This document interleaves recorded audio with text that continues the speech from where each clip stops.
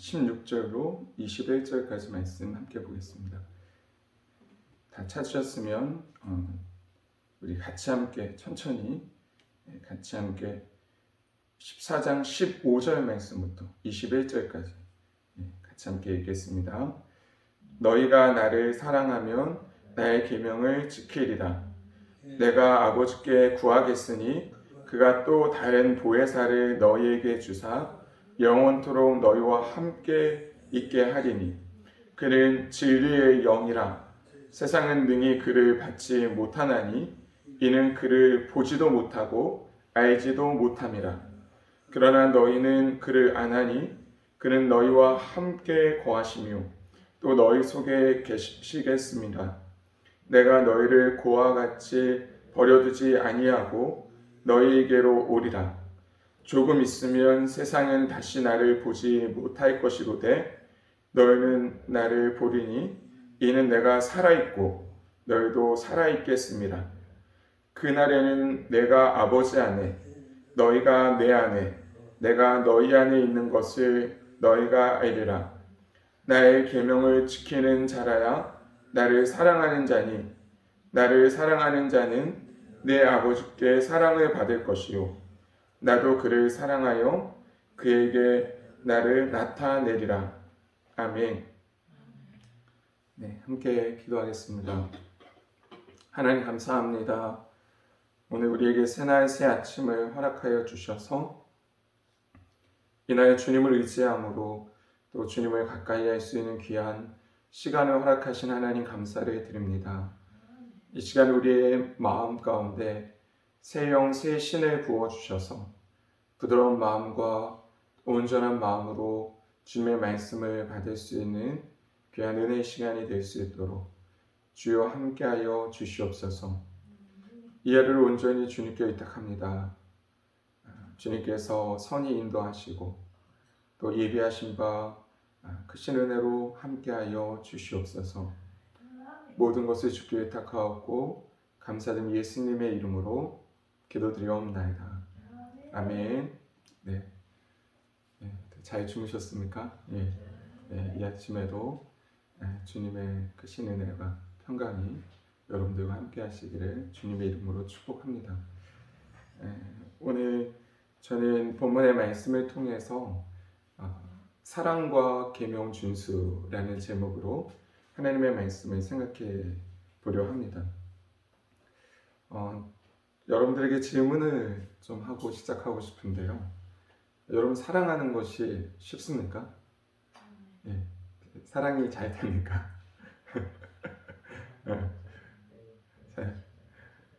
그래요.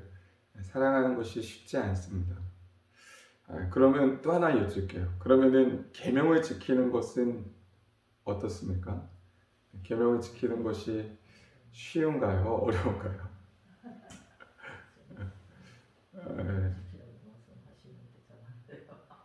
맞아요. 사실은 사랑하는 것, 또 하나님의 계명을 준행하는 것, 이것이 쉬운 일은 아닙니다. 그러면 한 가지 더 여쭤볼게요. 여러분 사랑하면 지키겠습니까? 사랑하면 지킬 수 있을까요? 없을까요?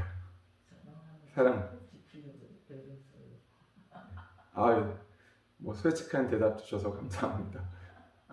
사랑하면 지키려고 애를 쓰죠. 근데 사랑해서 지키려고 애를 쓰지만 애를 쓴다라고 해서 잘 되는 것도 아닙니다. 지켜지는 것도 아니죠. 오늘 성경에 보면 15절로 21절까지의 말씀인데 15절과 21절 말씀이 유사한 말씀이에요. 마치 샌드위치처럼 15절과 21절이 이렇게 빵이 되어가지고 누르고 있어요. 그리고 그 안에 생명의 말씀이 있습니다.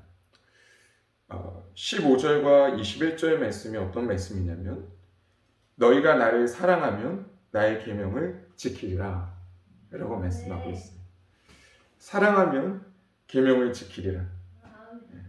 요한일서 2장 3절에 보니까 우리가 그의 계명을 지키면 이로써 우리가 그를 아는 줄 알 것이요 라고 얘기하고 있습니다. 21절 말씀에 보니까 나의 계명을 지키는 자라야 나를 사랑하는 자니 나를 사랑하는 자는 내 아버지께 사랑을 받을 것이요 나도 그를 사랑하여 그에게 나를 나타내리라 라고 말씀하고 있습니다. 나를 사랑하는 자는 내 아버지께 사랑을 받을 것이요 그를 사랑하여 그에게 나를 나타내리라 라는 것이죠. 저는 이 사랑과 계명 준수에 관해서 한 가지 성경의 이야기를 통해서 좀 생각해 보려고 해요. 여러분이 잘 아시는 이제 부자 청년의 비유에 대해서 잘 들어보셨을 겁니다. 마태복음에서는 어떤 사람, 청년이라고 얘기하고 있고 누가복음에서는 어떤 관리, 부자라고 이야기하고 있습니다. 어떤 사람이 주께 와서 이르되 선생님 내가 무슨 선한 일을 하여야 영생을 얻으리까? 라고 동일하게 묻습니다. 여러분 이 사람은 예수님에 대해서 어떤 이렇게 알고 있냐면 선한 선생님으로 알고 있습니다. 그리고 무엇을 하여야 영생을 얻으리까? 라고 묻고 있습니다. 이 사람이 예수님께 나온 이유는 배우기 위해서 나왔습니다. 내가 뭘 하면 영생을 얻겠습니까? 선한 선생님이라고까지 얘기하고 있습니다. 그러니까 예수님을 선한 선생님이라고 얘기하는 나름 예수님에게 뭔가 동정을 얻고 뭔가 가르침을 받고 싶어하는 그런 모습을 볼 수가 있습니다. 무슨 선한 일을 해야 합니까? 라고 묻고 있죠. 예수님이 근데 이 사람에게 뭐라고 합니까? 왜 내가 나를 선하다 하느냐? 선하신 분은 한 분, 하나님밖에는 계시지 않는다 라고 말합니다. 그리고 예수님께서 이 사람이 질문한 대로 무슨 선한 일을 해야 할지 가르쳐 주십니다. 영생을 얻게 하는 것은 내게 달린 것이 아니지만 내가 이웃을 사랑하라고 한 계명을 지켜라. 부모 공경하고 살인하지 말고 간음하지 말고 도적질하지 말고 남의 것을 탐내지 마라 라고 말씀하시면서 내 이웃을 내 몸처럼 사랑해라 라고 얘기했습니다. 여러분 그랬더니 부자 청년이 뭐라고 얘기하냐면 그것은 제가 어릴 때부터 다 지키던 것인데요 지금까지 계속 잘 지켜왔습니다 라고 얘기하고 있습니다. 대단한 청년이에요. 예수님께 너무 이건 다 자기가 해오던 거라는 거예요. 그런데 예수님께서 그 중심을 아시죠? 예수님께서 뭐라고 말씀하시냐면 내 재산을 갖다 팔아서 가난한 자들에게 나눠줘라. 그리하면 하늘에서 내 보화가 있으리라. 하늘에 내 보화가 있으리라. 그리고 나를 따르라고 예수님 말씀하십니다. 여러분 그런데 이 청년이 어떻게 합니까? 근심 중에 떠나갔습니다. 예수님께서 뭐라고 얘기하시냐면 부자가 천국에 들어가기가 낙타가 바늘구멍에 들어가는 것보다 더 어렵다라고 말씀하시죠. 여러분 이 청년은 예수님께 배우려고 나왔고 예수님께서는 그를 바르게 가르쳐 주시고 그의 잘못된 점을 교정해 주시려고 그의 중심을 아시고 정말 이웃을 내 몸같이 사랑하는 것이냐라고 물은 것입니다. 그러나 그는 이웃을 사랑할 만큼 특별히 가난한 사람들을 사랑할 만큼 자신의 재물을 가벼이 여기지 않았습니다. 재물을 귀히 여기고 도리어 떠나갔다라는 것이죠. 그럼 한번 묻겠습니다. 그 사람은 어릴 때부터 부모를 하나님의 계명을 어긴 것이 없다라고 얘기했는데 잘 지켰다라고 얘기했는데 과연 잘 지킨 것입니까? 그렇지 않죠. 사랑하는 것이 어렵습니다. 쉽지가 않습니다. 그런데 제자들의 이야기를 들으면서 여쭙습니다. 예수님, 그러면 도대체 누가 구원을 받는단 말입니까? 라고 물었습니다. 그랬더니 예수님 뭐라고 하냐면, 사람으로서는 할 수 없으되 하나님은 하신다 라고 말씀하십니다. 사람으로서는 할 수 없는 일이지만 하나님께서는 구원하신다 라는 것입니다. 여러분, 계명을 지키는 것도 어렵고 사실은 구원을 받는 것도 내 일이 아니기 때문에, 하나님의 일이기 때문에 어려운 일입니다. 그런데 오늘 제자들이 말합니다. 우리는 모든 것을 버리고 주님을 따랐습니다 라고 얘기해요. 그랬더니 예수님께서 형제를, 이 땅에서 자매를, 또 부모를 버린 자는 이 땅에서 여러 배로가 하늘에서 상을 받으리라 라고 말씀하시고, 또 마태복음에서는 뭐라고 얘기하냐면, 천국 보좌에서 12보좌에 너희들이 앉아서 12지파를 심판하리라 라고 말씀하십니다. 여러분, 부자 청년과 관원과 제자들이 다른 것은 무엇입니까?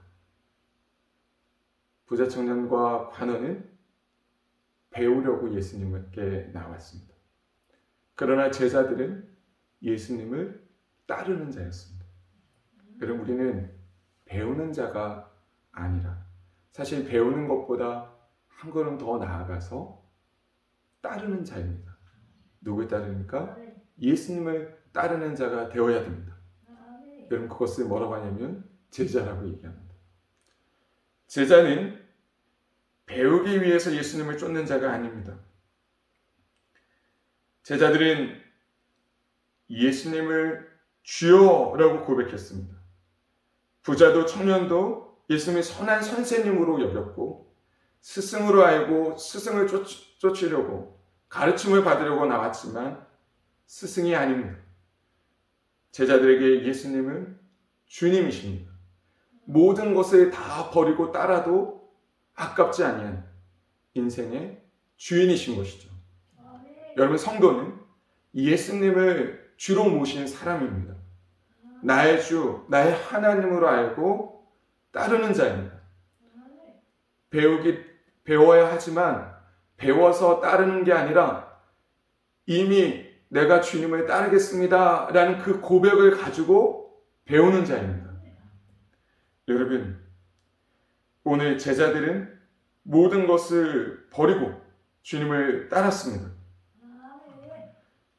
그리스도인은 예수님을 따르는 자요, 예수님을 본받는 자요, 곧 이 땅에서 예수님의 제자로 살아가는 자들입니다. 제자의 일은 무엇입니까? 첫째는 하나님을 아는 것입니다. 주님을 알고자 하는 것입니다. 진정한 삶은 삶의 자리 가운데, 사귐의 자리 가운데로 우리를 이끕니다. 이 사귐은 영생을 얻는 것입니다. 성경의 요한복음에서는 알미에 관한 내용을 지식적인 알미라고 얘기하지 않습니다. 그리고 영생을 영원히 사는 것이라고 얘기하지 않습니다. 영생은 현재 하나님과 관계하는 것입니다. 주님과 관계하는 것입니다. 요한복음 17장 3절에 보면 영생은 이것입니다. 곧 유일하신 하나님, 참 하나님과 그의 보내신 자 예수 그리스도를 아는 것이다 라고 말씀하고 있습니다. 참 하나님을 알고 또 예수 그리스도를 아는 것, 이 알은 관계적인 알입니다. 뭔가 배워서 아는 것이 아니라 내가 구원받고 하나님의 자녀가 되어서 마땅히 하나님을 알고자, 하나님을 사랑해서 하나님과 늘 교통하고 말씀을 가까이 하고 하나님의 뜻에 준행하는 가운데서 주님과 사귐을 통해서 주님을 알아가는, 여러분, 제자들은 3년 반 동안 그 일을 한 겁니다. 예수님과 동행하면서, 예수님과 동고동락하면서 산에도 올라가고 풍랑이는 바다에도 함께하고, 또 들에나 들판에나 집에나 잔치의 자리에나 죄인들과 더불어 또 산에 올라가서 늘 예수님과 함께 했습니다. 여러분, 그러면 제가 한 가지 여쭙겠습니다. 그렇게 예수님과 동고동락하면서 예수님께로부터 가르침을 받은 제자들이나 그 제자들이 끝까지 사랑한 것입니까? 예수님을 사랑했습니까? 그렇죠. 다 떠났습니다. 하나같이. 아니, 예수님과 동고동락하고 모든 것을 버리고 예수님을 주로 모시고 따른 제자들이 아니 다 버리고 도망가 버리다니. 이런 배신이 어디 있습니까? 특별히 예수님께서 다구이기 전에 네가 나를 3번 부인할 거야. 그것도 나를 저주하면서 부인할 거래. 베드로는 아니요. 아니, 무슨 말씀하십니까? 무슨 그런 서운한 말씀을. 예수님 죽으시는데 저도 죽겠습니다. 십자가 못 박힙니다. 그리고 호언장담했던 베드로.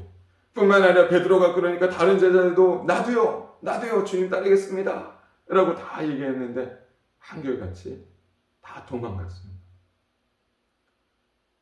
여러분, 그 베드로도 제자들도 실패했잖아요.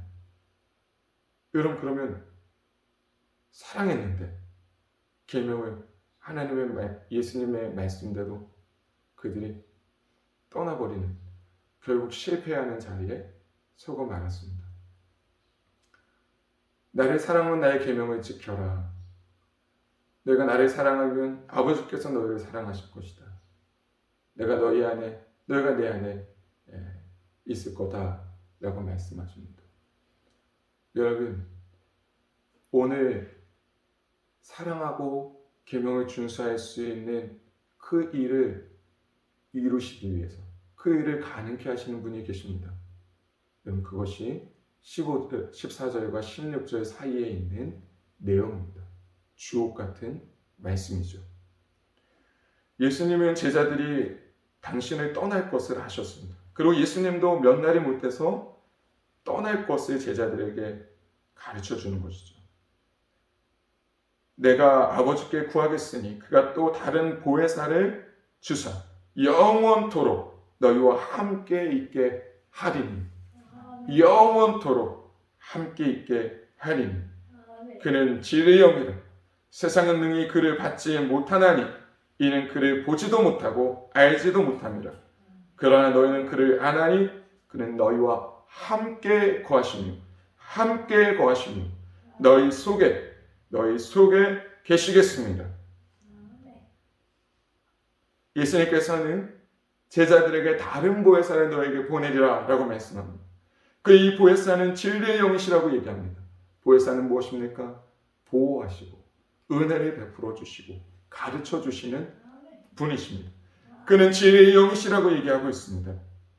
그가 성령이 너희와 함께하고 너희 속에 계시겠습니다 라고 말씀하시고 내가 너희를 고와 같이 버려두지 아니하고 너희에게 오리라. 주님 있으면 세상이 다시 나를 보지 못할 것이로되 너희는 나를 보리니 이는 내가 살아있고 너희도 살아있겠습니다. 그날에 내가 아버지 안에 너희가 내 안에 내가 너희 안에 있는 것을 너희가 알리라 라고 말씀하고 있습니다. 내가 너희가 내 안에 있는 것을 너희가 알리라. 여러분, 오늘 예수님께서 떠나가셨지만 제자들 가운데 나타나신 예수님이 그들 가운데 성령을 받으라 라고 말씀하십니다. 제자들은 실패했습니다. 베드로도 주님을 사랑한다라고 했지만 결국 실패의 자리에 머물고 말았습니다. 그런데 그런 베드로에게 다시 한번 사랑하냐라고 물으셨습니다. 그리고 사명을 주셨습니다. 만약 사랑 고백과 사명으로 그가 사명을 끝까지 완수할 수 있었다면 거기서 끝났을 것입니다. 그러나 예수님은 오늘 약속하신 대로 보혜사를 보내주셨습니다. 지혜의 영을 보내주셨습니다. 이 영은 예수의 영이요 임마누엘의 주님이 친히 우리 속에 오셔서 하나님의 뜻을 행케 하시고 사랑할 수 없는 사람을 사랑하게 하시고 또 하나님의 계명을 지킬 수 있는 자리에 나아가게 하시는 그러한 보혜사요 능력이 많으신 예수의 영이십니다. 결론입니다. 여러분, 우리는 사랑할 만한 그러한 사랑받을 만한 것이나 사랑할 만한 것이나 또 사랑할 능력이 우리에게는 없습니다. 제자들도 실패했습니다. 그러나 예수님 보내시는 성령이 그들 가운데 임했을 때 제자들은 달라졌습니다. 그들의 삶이 달라졌습니다. 그들의 사역이 달라졌습니다. 힘있고 능력이 나타났습니다. 여러분, 오늘 우리는 정과 욕심으로 사는 자가 아닙니다. 내가 결단하고 내가 헌신하고 내 열정으로 살아가는 자가 아니라는 거죠. 도리어 정과 욕심은 날마다 십자가에 못 박히는 자가 되어야 합니다. 사도 바울은 이것을 내가 단 하나의 자랑이 있다면 나는 날마다 십자가에 죽노라.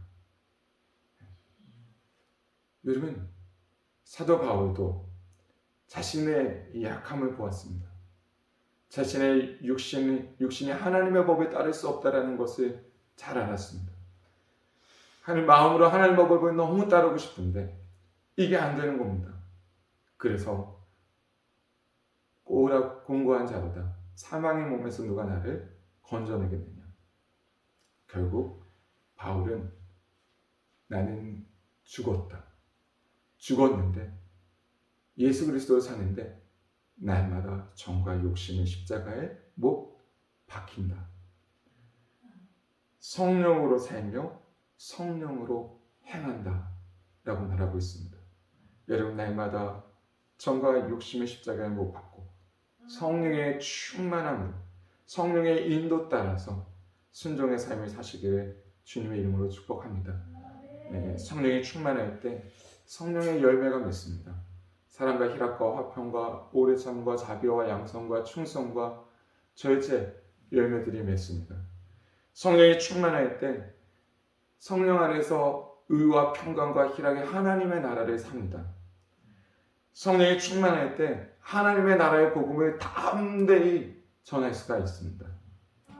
여러분, 내 의지로 내 결단으로 안 되는 일도 성령이 충만한 가운데서 성령의 인도함을 받아 삶을 살아갈 때 주님이 함께 하셔서 역사를 이루실 줄 믿습니다.